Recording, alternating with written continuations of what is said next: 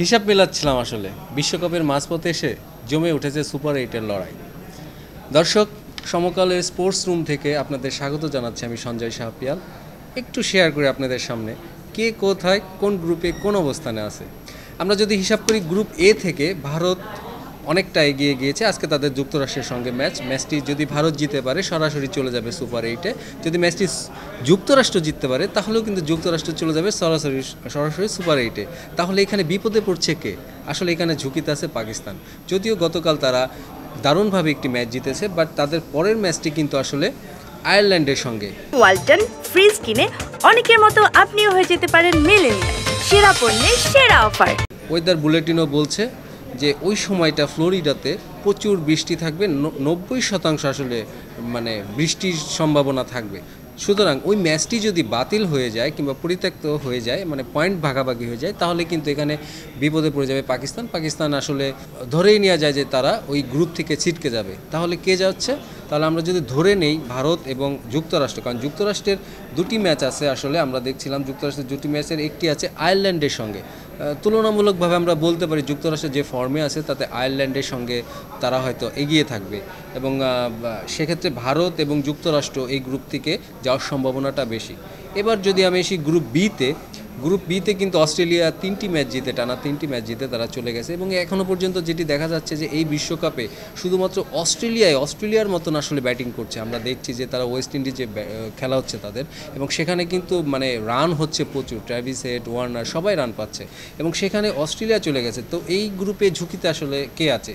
এই গ্রুপে ঝুঁকিতে আছে ইংল্যান্ড। বিকজ তারা অস্ট্রেলিয়ার কাছে হেরে যাওয়ার পরে যে ম্যাচটি তাদের ছিল, যেটিতে তারা পয়েন্ট আশা করেছিলেন স্কটল্যান্ড, সেই ম্যাচটি কিন্তু বৃষ্টিতে পরিত্যক্ত হয়েছে। সুতরাং ওই ম্যাচ থেকে তারা একটি মাত্র পয়েন্ট পেয়েছে। ইংল্যান্ডের এখানে আসলে ঝুঁকিতে বেশি।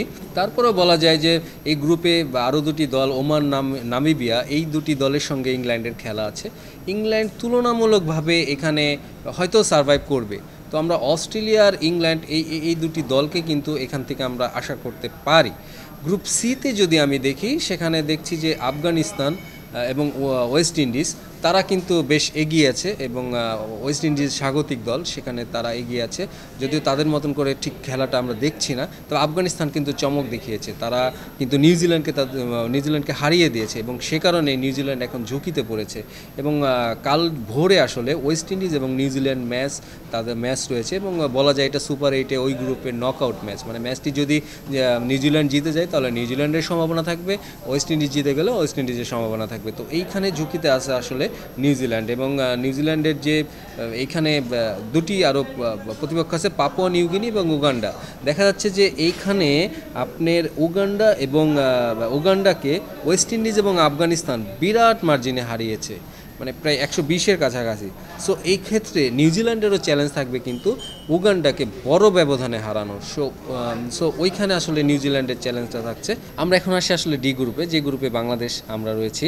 সেই গ্রুপে কিন্তু আসলে অলরেডি দক্ষিণ আফ্রিকা 3টি ম্যাচ জিতে গেছে, যদিও তারা 3টি ম্যাচই স্ট্রাগল করেছে নিউ ইয়র্কে, বাট তারা কিন্তু আসলে 3টি ম্যাচ অ্যাট লাস্ট তারা জিতে গিয়ে তারা সুপার এইট নিশ্চিত করে ফেলেছে। তো এই গ্রুপটাতে আমাদের সাথে আমরা যদি বলি প্রতিদ্বন্দ্বিতা আছে কিন্তু নেদারল্যান্ডস, আমাদের বড় প্রতিদ্বন্দ্বী, তারাও একটি ম্যাচ জিতেছে।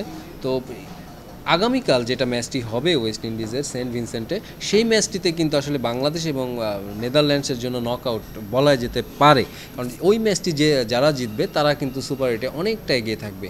তবে আমরা যেটা ওয়েদার দেখলাম যে ওয়েদার বুলেটিনে ওইখানে সকালবেলা বৃষ্টির একটি সম্ভাবনা রয়েছে, তারপরে ধারণা করা হচ্ছে ম্যাচটি হবে। তো অনেকে বলতে শ্রীলঙ্কা কিন্তু আশা করছে ওই ম্যাচটি বৃষ্টি হোক, প্রচুর বৃষ্টি হোক, কারণ ম্যাচটি পরিত্যক্ত হয়ে গেলে পয়েন্ট ভাগাভাগি হবে, তাদের লিটল বিট একটা চান্স থাকবে আর কি।